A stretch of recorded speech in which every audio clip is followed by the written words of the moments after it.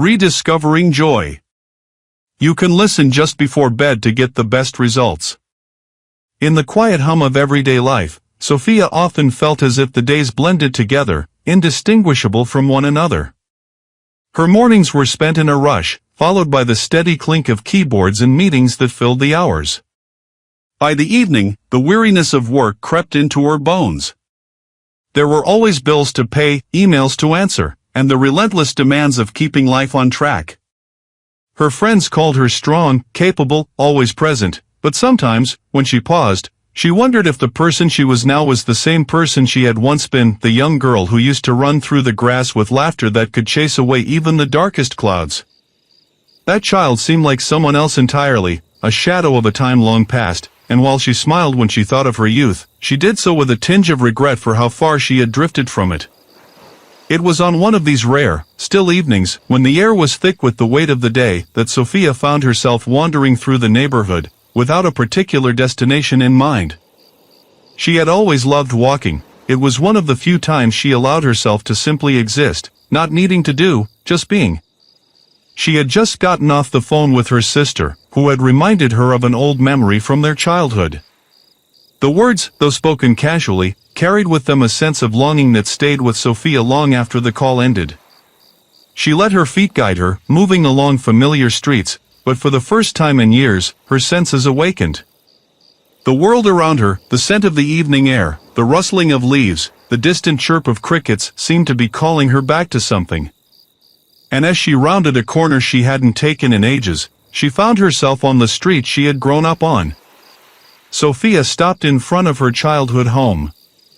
The house, though aged and worn in some places, still stood tall, holding memories within its walls like an old book, well-loved and full of stories. It looked much smaller now, perhaps because the lens of adulthood had magnified everything around her.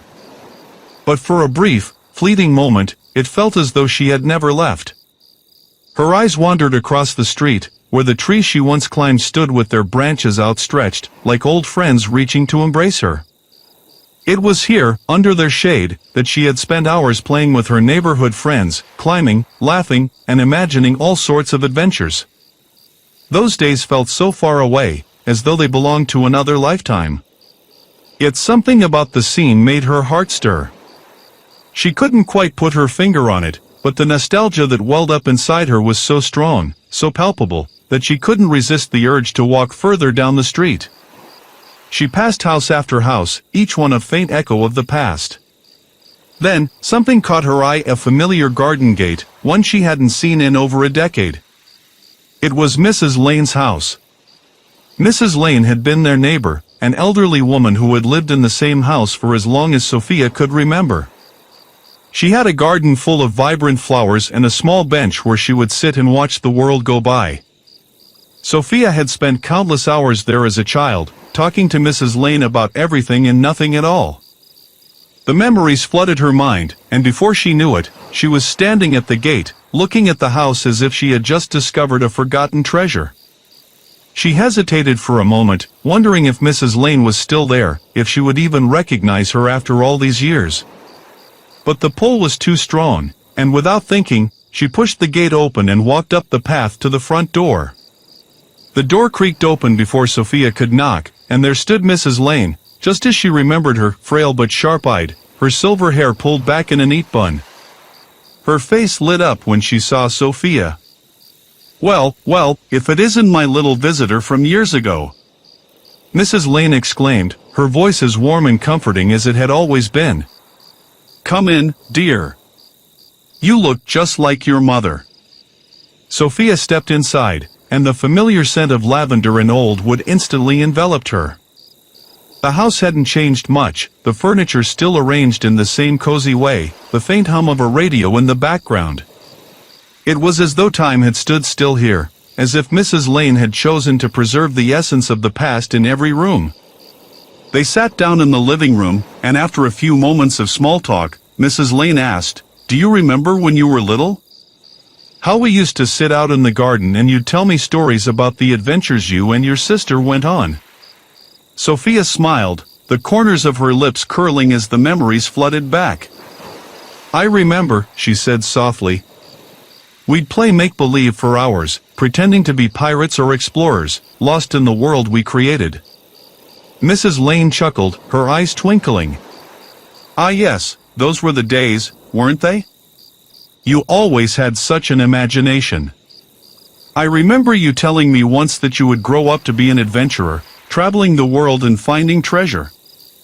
Sophia laughed, though it was tinged with sadness. I'm afraid I've forgotten how to be an adventurer. Nonsense, Mrs. Lane said, her voice gentle yet firm. You've just been so busy finding treasure in all the wrong places. Sophia blinked, taken aback. She had never thought of it that way. What do you mean? I mean, Mrs. Lane said, her eyes growing soft, that you've been so focused on the world of adults, the responsibilities, the obligations, that you've forgotten the most important treasure of all, the joy of being alive, right here, right now. Sophia felt a lump form in her throat, and she looked away for a moment, blinking back the tears that threatened to spill. It had been so long since anyone had reminded her of that simple truth, and she had almost forgotten it herself. The weight of the world, the endless to-do lists, had clouded her sense of wonder. Mrs. Lane smiled, as if sensing Sophia's thoughts. Why don't you join me in the garden for a while? It's been far too long since I've had some company. Sophia nodded, grateful for the suggestion. She stood and followed Mrs. Lane outside, where the garden was bathed in the soft golden light of the setting sun. The flowers, vibrant and alive, seemed to welcome her with open arms, and the old bench, just as she remembered, sat quietly in the corner of the yard, inviting her to sit and rest. As they sat together, the world around them felt peaceful, as if time had slowed down just for them. Mrs. Lane shared more stories of the old days, stories that Sophia hadn't thought of in years. The sound of birds singing, the rustling of leaves in the breeze, and the scent of jasmine filled the air, enveloping them in a bubble of comfort. So, what has brought you back to this old neighborhood? Mrs. Lane asked, her voice filled with curiosity.